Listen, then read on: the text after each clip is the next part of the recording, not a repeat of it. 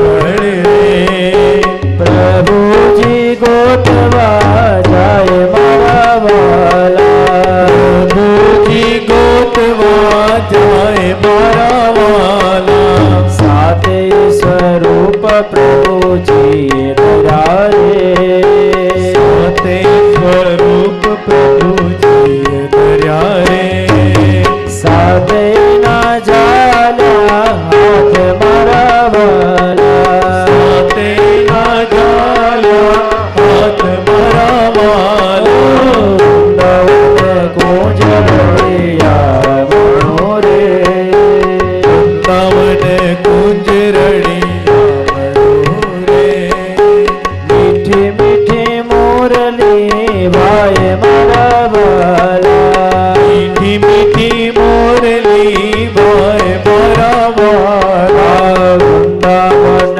કુંજ રળિયા મણો રે વૃંદાવન કુંજ રળિયા મીઠી મોરલી ભાઈ મારા વાલા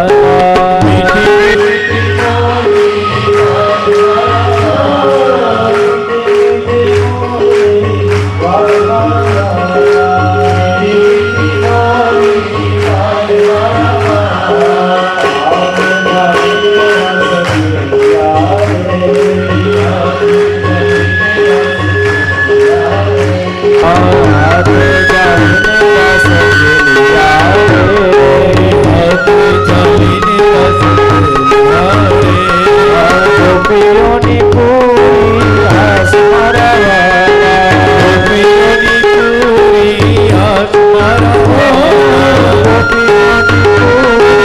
આસ મારા વાલા ગોપીઓની પૂરી આસ મારા વાલા વલ્લભના પ્રભુ શ્યામ રે વૃંદાવન કુંજ રળિયા રે વલ્લભના પ્રભુ શ્યામ રે વલ્લભના પ્રભુ શ્યામ રે રાગો ચરણની દાસ મારા વાલા રાગો ચરણની પાસ મારા વાલા રાગો ચરણની દાસ મારા વાલા રાગો ચરણની પાસ મારા વાલા વૃંદાવન કુંજ રળિયા મણો રે વૃંદાવન કુંજ રળિયા રે મીઠી મીઠી મોરલી ભાઈ મારા વાલા મીઠી મોરલી ભાઈ મારા વાલા મીઠી મીઠી મોરલી ભાઈ મારા વાલા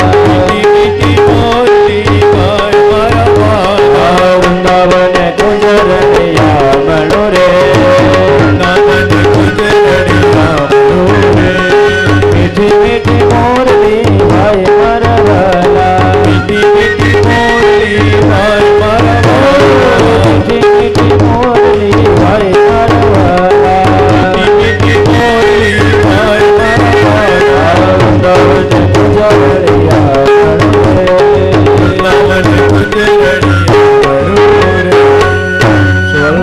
વલ્લભાધીશ કી જય. વૃંદાવનમાં આજે પણ ઠાકોરજીની નિત્ય લીલા છે. અનેકવિધ લીલાઓ પ્રભુ સંપન્ન કરે છે. અને ગોપી કહે છે કે અરે સખી, આ વૃંદાવન તો ભગવાનના ચરણત્વને પામ્યું છે. આ વૃંદાવનની રજ એ સ્વયં ઠાકોરજીની ચરણરૂપ છે. પ્રભુના ચરણમાં લક્ષ્મી નિત્ય વાસ કરે છે. સહજ રૂપે પ્રભુના ચરણમાં લક્ષ્મી બિરાજે છે. જો વૈષ્ણવ એટલા માટે શ્રી વલ્લભ એ પણ પ્રભુના વદનાવતાર છે.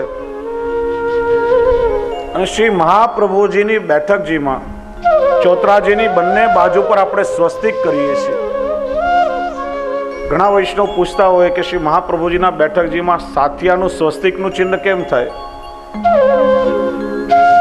કારણ કે સ્વસ્તિક એ લક્ષ્મીનું ચિહ્ન છે અને ઠાકોરજીના ચરણમાં જ લક્ષ્મીનો વાસ છે. એમ શ્રી વલ્લભના ચરણમાં પણ લક્ષ્મીનો વાસ છે. એટલા માટે શિવલ્લભમ પલાઠીવાળીને બિરાજતા હોય એ ભાવથી ચોતરાજીમાં બંને જગ્યા પર સ્વસ્તિકના ચિહ્ન થાય છે. ગોપીઓ કહે છે કે પ્રભુના ચરણારવિંદમાં લક્ષ્મી સહજ છે, તેથી વૃંદાવનમાં લક્ષ્મીની પણ નિત્ય સ્થિતિ છે. વૃંદાવને ભગવત ચરણ દ્વારા જ આ લક્ષ્મીને પ્રાપ્ત કરી છે, એટલા માટે વૃંદાવન લબ્ધ લક્ષ્મી બન્યું છે. અને વૃંદાવને કેવલ લક્ષ્મી પ્રાપ્ત નથી કરી, પણ સાથે સાથે એને ભક્તિ અને જ્ઞાન પણ પ્રાપ્ત થયા છે. હે સખી, ભગવાન જ્યારે વેણુનાદ કરે છે ત્યારે એવું લાગે છે કે જાણે નીલ મેઘ મધુર મધુર મંદ સ્વરે ગર્જના કરતા હોય. અને શ્રવણ કરીને વૃંદાવનમાં રહેલા મયુરો પણ મત્ત બની જાય છે અને ઉન્મત્ત થઈને કલા કરવા લાગે છે.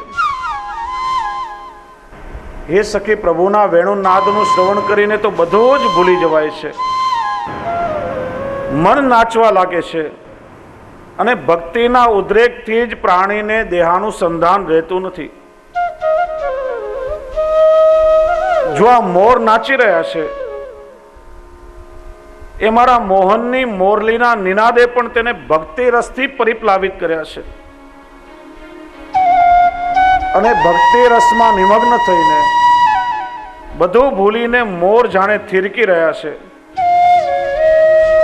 એને જ આવી ભક્તિ પ્રાપ્ત થઈ છે, વસ્તુતઃ વૃંદાવનને જ પ્રાપ્ત થઈ છે. અને વૃંદાવનનું વર્ણન કરી હવે ગોપીઓ 11મા શ્લોકમાં હરિણીઓનું મૃગલીઓનું વર્ણન કરે છે કે જુઓ, પ્રભુને વેણુને ધન્ય છે, આ વૃંદાવનની ભૂમિને ધન્ય છે. અને આ ભૂમિમાં રહેલી હરણીઓ છે, મૃગલીઓ છે, એને પણ ધન્ય છે. ધન્યાસ્તુ મૂઢ મતયોપી હરિણ્ય એતાયનંદનંદન મુપાત વિચિત્ર વેશમ આકર્ણ્ય વેણુરણિતમ સહકૃષ્ણ સારઃ પૂજા દધુર્વિરચિતા પ્રણયાવલોકે.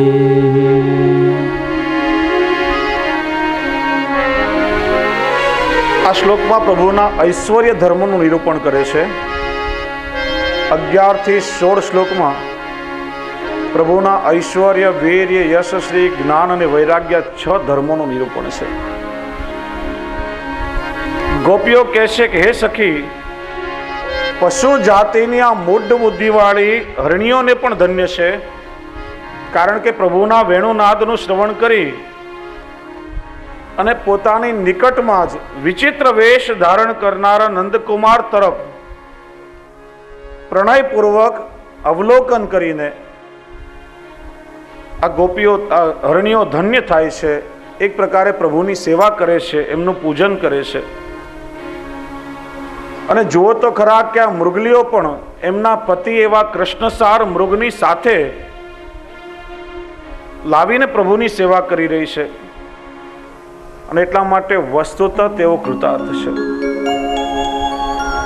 ગોપીઓ કહે છે કે હરણીના ભાગ્ય કેવા છે કે જ્યારે પ્રભુ વેણુનાદ કરે ત્યારે હરણીઓ ભાગતી ભાગતી જાય ને જે પ્રભુએ વિચિત્ર વેશ ધારણ કર્યો છે, આવા વિચિત્ર વેશ ધારણ કરનારા, એટલા માટે તો આગળ પ્રભુને નટવર કહ્યા.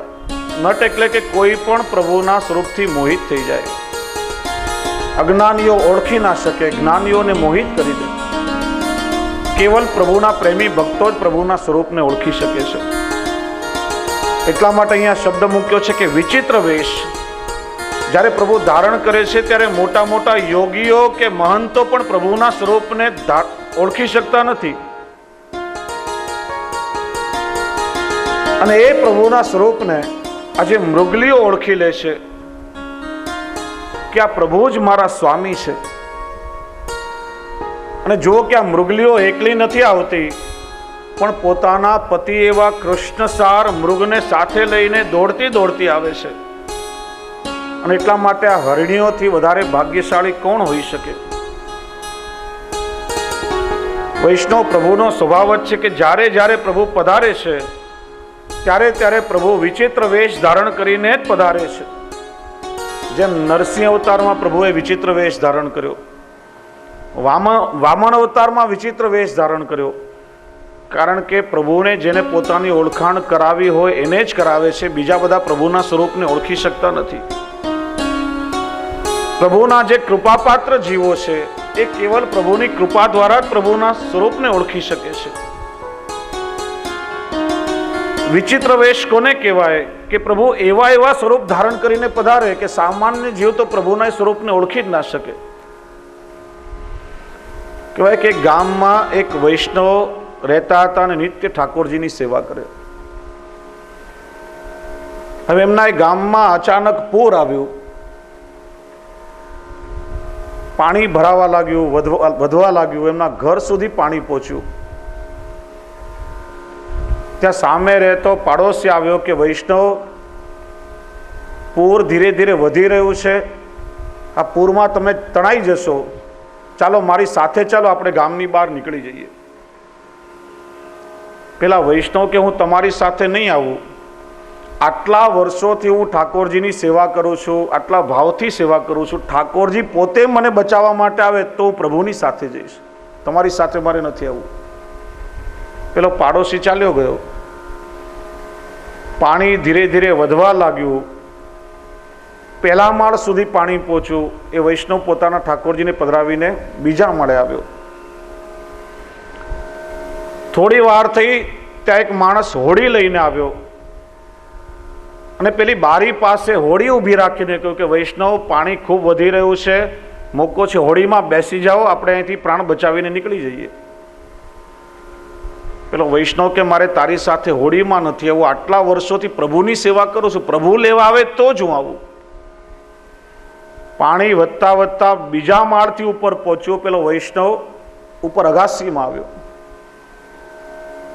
થોડી વાર થઈ, ત્યાં એક ભાઈ હેલિકોપ્ટર લઈને આવ્યા, એમાંથી પેલી સીડી નીચે ફેંકી. વૈષ્ણવને કે વૈષ્ણવ, આ સીડી પકડીને ઉપર હેલિકોપ્ટરમાં ચડી જાવ, છેલ્લો વિકલ્પ છે, પાણી હજી વધી રહ્યું છે, તમે ડૂબી જશો ને પ્રાણ જશે તમારા. પેલો વૈષ્ણવ કે મારે તારી સાથે હેલિકોપ્ટરમાં પણ નથી આવવું, ઠાકોરજી પોતે મને લેવા માટે આવે તો જ આવવું છે. આજે મારે પણ જોવું છે, આટલા વર્ષોથી સેવા કરું છું ને પ્રભુ મને લેવા કેમ ના આવે? ત્યાં તો પાણી એટલું બધું વધ્યું અને પેલો વૈષ્ણવ એમાં ડૂબીને મરી ગયો, મૃત્યુ થયું અને ગયો સીધો ઉપર ઠાકોરજીના ધામમાં. પ્રભુની સન્મુખ થયો. ઠાકોરજીએ કહ્યું કે આવો વૈષ્ણવ. ત્યાં પહેલા તો આમ ક્રોધમાં પોતાનું મોઢું ફેરવી લીધું, ગુસ્સો આવ્યો, આમ ભ્રમરોની તણાઈ ગઈ. પ્રભુ કે વૈષ્ણવ, શું થયું? આટલો બધો ક્રોધ શેના માટે? તો કે ભગવાન, આટલા વર્ષો સુધી મેં તમારી સેવા કરી, આટલા તમને લાડ લડાવ્યા, પણ જ્યારે મારા પ્રાણ પર આફત આવી ત્યારે તમે એવો મોઢું ફેરવીને ભાગી ગયા. તમારા કરતા સ્વાર્થી આ જગતમાં બીજો કોઈ નથી. મારા પ્રાણ પણ તમે બચાવ્યા નહીં. ભગવાન કર કે અરે મૂર્ખા, એક વાર નહીં, 3 વખત હું જ તારા પ્રાણને બચાવવા આવ્યો હતો. પેલા તારા પાડોશીના રૂપમાં આવ્યો, બીજી વાર હોડીવાળાના રૂપમાં આવ્યો અને ત્રીજી વાર હું હેલિકોપ્ટર લઈને આવ્યો. તે જ મારા સ્વરૂપને ઓળખ્યું નહીં, એમાં હું શું કરું? તને લેવા માટે તો હું પોતે જ આવ્યો હતો, પણ તે જ મારા સ્વરૂપને ઓળખ્યું નહીં, એમાં મારો શું વાંક છે?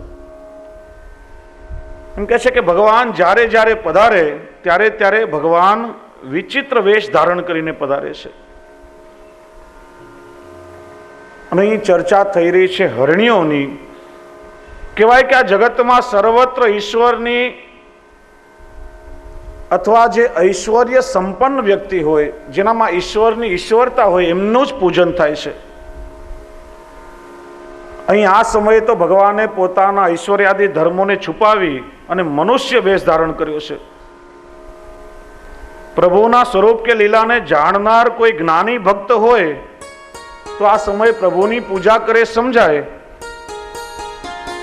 પરંતુ પ્રભુના સ્વરૂપ જ્ઞાનથી સર્વજ્ઞ અજાણી એવી મૂળ મતિવાળી હરણીઓ જેવા પશુઓ જો પ્રભુની પૂજા કે સત્કારને કરે તો ચોક્કસ એ ઠાકોરજીના ઐશ્વર્યનો જ સંકેત કરાવે છે. અને આ શ્લોકમાં એ જ ઐશ્વર્યનું નિરૂપણ કરવામાં આવ્યું છે. ધન્યાસ્તુ કહીને ગોપીઓ કહે છે કે આ હરણીઓને ધન્ય છે કે જેઓ પોતાના નેત્રોથી ઠાકોરજીનું સ્વાગત કરી રહી છે. ગોપીઓ કહે છે કે હરણીઓ જ્યારે ઠાકોરજીની સન્મુખ આવે છે ત્યારે એમના નેત્રોને જોઈને પ્રભુ અત્યંત પ્રસન્ન થાય છે. કારણ કે હરણીઓના નેત્ર કેવા છે તો કહે છે કે રાધાજીને પણ મૃગનયનીની એક ઉપમા આપવામાં આવી છે. સ્વામીજીના નેત્રો પણ પેલી મૃગલીઓ જેવા છે. અને જ્યારે આ બધી મૃગલીઓ ઠાકોરજીની સન્મુખ આવે છે અને પ્રભુની તરફ દ્રષ્ટિ કરીને દર્શન કરે છે ત્યારે પોતાના નેત્રો દ્વારા એ ઠાકોરજીને સ્વામીજીનું નિરંતર સ્મરણ કરાવે છે. આ પણ ઠાકોરજીની ઉત્તમ પ્રકારની સેવા છે. આપણે ચર્ચા કરી હતી કે સેવા કોને કહેવાય કે જેમાં પ્રભુનું સુખ હોય. સ્વામીજીનું સ્મરણ કરીને ઠાકોરજીને પણ અત્યંત પ્રસન્નતા થાય છે. અને એટલા માટે આ મુગલીઓ પોતાના નેત્ર દ્વારા ઠાકોરજીને નિરંતર સ્વામીજીનું સ્મરણ કરાવી રહી છે.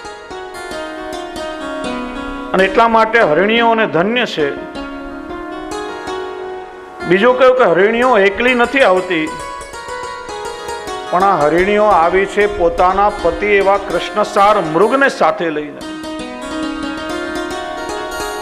મજાની વાત તો એ છે કે આ મૃગલીઓ પોતાનું અલૌકિક સાધવા માટે જાય છે, પણ પોતાના લૌકિકને પણ અનુકૂળ કરીને અલૌકિક સાધવા માટે જાય છે. અને આ હરિણીઓની ભગવત સેવા જ ખરેખર ધન્ય છે. વિચારો કે એમનો ભાવ કેવો હશે કે એમના પતિ કૃષ્ણસાર મૃગ પણ આજે એમને અનુકૂળ બની ગયા છે અને એમને સાથે લઈને આવી છે. ને એટલા માટે ધન્ય છે. ને એટલે જ ભગવદીઓ ગાય છે કે ધન્ય ધન્ય વૃંદાવન કુરંગીની. ધન્ય છે આ વૃંદાવનની હરણીઓને કે જે પોતાના પતિ કૃષ્ણસાર મૃગને સાથે લાવી અને ઠાકોરજીની ભક્તિ કરી રહી છે, પ્રભુને સુખ આપી રહી છે.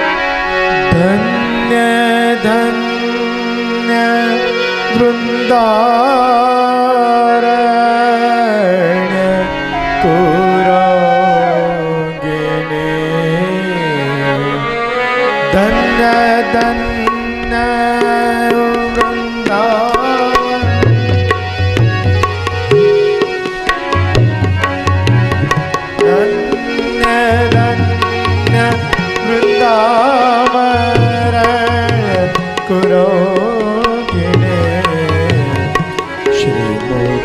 कमल पिबत सखी सादर कृष्ण सारे पति सौखी. धन्य धन्य वृंदारण्य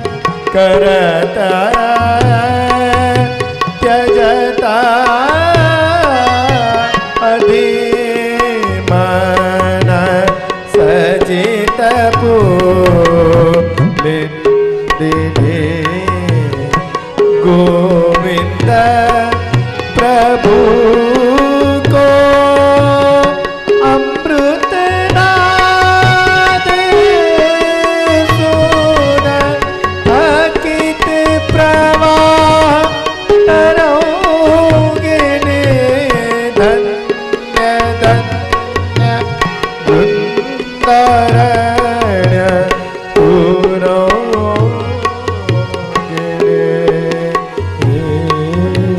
કવિઓ કહે છે કે ધન્ય છે આ મૃગલીઓની સેવા કે અલૌકિક સાધવા જાય છે, પણ એમની સેવા કેવી છે કે એમના લૌકિક પતિ પણ આજ એમની સેવામાં સહાયક થયા છે, એમના પરિવારજનો પણ આજે એમની ભગવત સેવામાં સાથે જોડાયા છે.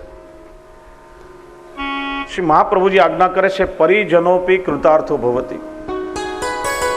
જો વૈષ્ણવ એક આપણે જે પ્રભુની પ્રત્યક્ષ સેવા કરીએ સેવા કરી કહેવાય, અને આપણી સેવામાં કોઈ સહાયક થાય તો એને આપણે ત્યાં પરિચર્યા એવું કહેવામાં આવે છે. તમે બહેનો ઘરમાં ઠાકોરજીની ફૂલની માળાની સેવા કરો, પણ તમારા ઘરનો કોઈ પરિવારનો વ્યક્તિ ઝાડમાંથી ફૂલ ચોટી આવે કે બજારમાંથી ફૂલ લઈ આવે તો પ્રત્યક્ષ રહીને પરોક્ષ સેવા કહેવાય, જેને પરિચર્યા કહેવાય.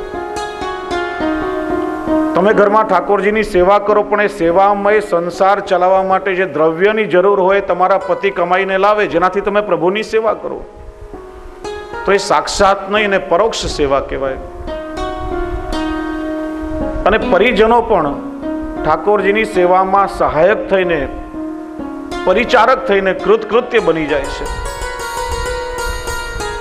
અને એટલા માટે જ આપણા ઘરનું જે વાતાવરણ છે એ આપણે લોકોએ એવું રાખવું જોઈએ, આ ભાવથી સેવા કરવી જોઈએ કે જેનાથી આપણા પરિવારજનોનો ભાવ પણ આપણી સેવા જોઈને વૃદ્ધિ પામે અને એમને પણ ઠાકોરજીની સેવામાં સાથે જોડાવાનું મન થાય. આ જ વાત હરિણીઓનો આપણને અહીંયા સમજાવે છે. ઘણી વખત આપણે લોકો ઘરનું વાતાવરણ એટલું બધું કલહયુક્ત કરી નાખીએ છીએ, એટલું ક્લેશયુક્ત બનાવી દઈએ કે ઘરના સભ્યો આપણાથી ને આપણી સેવાથી કંટાળી જતા હોય છે. આગળ ધણીની ચર્ચા આપણે કરીને કે બિચારો ઘર છોડીને ભાગી ગયો. વિચારો કે જે ઘરમાં ક્લેશથી આપણો લૌકિક ધણી ના રહી શકતો હોય, એમાં અલૌકિક ધણી કેવી રીતે બિરાજે? અને કહેવાય કે જ્યાં ક્લેશ હોય ત્યાં ક્યારે પણ કૃષ્ણ ના બિરાજે, અને કૃષ્ણ બિરાજતા હોય ત્યાં ક્યારેય પણ ક્લેશ થાય જ નહીં. માટે ઘરનું વાતાવરણ એવું બનાવો કે આપણી સેવા જોઈને આપણા પરિવારજનોની ભગવત સેવામાં પણ તત્પરતા વધે. ઘણીવાર આપણે ઘરના લોકોને કહીએ, આપણા બાળકોને કહીએ, પતિઓને કહીએ કે તમે પણ અમારી સાથે ભગવત સેવામાં જોડાઓ, પણ એમને કોઈ ઠાકોરજીની સેવામાં જોડાતો નથી. એ પણ ઘરમાં જોતા હોય છે કે ઠાકોરજીની સેવા કરતા કરતા તમારામાં શું પરિવર્તન આવ્યું છે. એ જોશે કે ખરેખર ઠાકોરજીની સેવાથી તમારામાં પરિવર્તન આવ્યું છે, તમારો સ્વભાવ કોમળ નિર્મળ થયો છે, તમારું હૃદય પ્રેમથી પરિપ્લાવિત થયું છે, તમારો ભાવ વિશુદ્ધ છે. ત્યારે તમારો ભાવ એમના હૃદયને સ્પર્શશે અને એ પણ સહજતાથી ઠાકોરજીની સેવામાં જોડાશે. પછી એમને ક્યારેય કહેવું નહીં પડે. શહેરનો કોઈ પ્રતિષ્ઠિત વ્યક્તિ કે કોઈ મોટો માણસ ઘરમાં આવ્યો હોય ત્યારે આપણે કેટલો વિવેક રાખીએ છીએ કે ભાઈ આટલો મોટો માણસ આવ્યો, આમ ઘરમાં આપણાથી અસભ્યતાથી ન વર્તાય, એની સામે આપણે આમ ક્લેશ કરીએ છીએ ખરા? કજિયો કંકાસ થતો હોય ને અચાનક કોઈ મોટો માણસ આવે ને તો શાંત થઈ જાય છે. પણ મોટા ભાગે એવું જોવા મળે કે જ્યારે ઠાકોરજીની સેવા આપણે કરતા હોઈએ ને ત્યારે જ વધારેમાં વધારે ક્રોધ આવતો હોય છે. અને એ ક્રોધનો આવેશ જ્યારે આપણામાં આવે ત્યારે આપણી અપરસ પણ છોવાઈ જાય છે. ખાલી બાહ્ય શારીરિક અપરસનું મહત્વ નથી, આપણું અંતઃકરણ પણ સ્વચ્છ અને શુદ્ધ હોવું જોઈએ. તમે દિવસમાં 10 વખત માથાબોળ ઠંડા જળથી સ્નાન કરો, પણ અંતઃકરણ જો અશુદ્ધ હોય તો કોઈ પણ રીતે તમારી અપરસ થતી જ નથી. અમારા તાજચરણ તાજજી મહારાજ તો એટલા કૃપાળુ, છતાં પણ ક્યારેક ઠાકોરજીની સેવામાં અમને ક્રોધ આવી જાય તો કે જાઓ બાવા, હમણાં ને હમણાં ઠંડા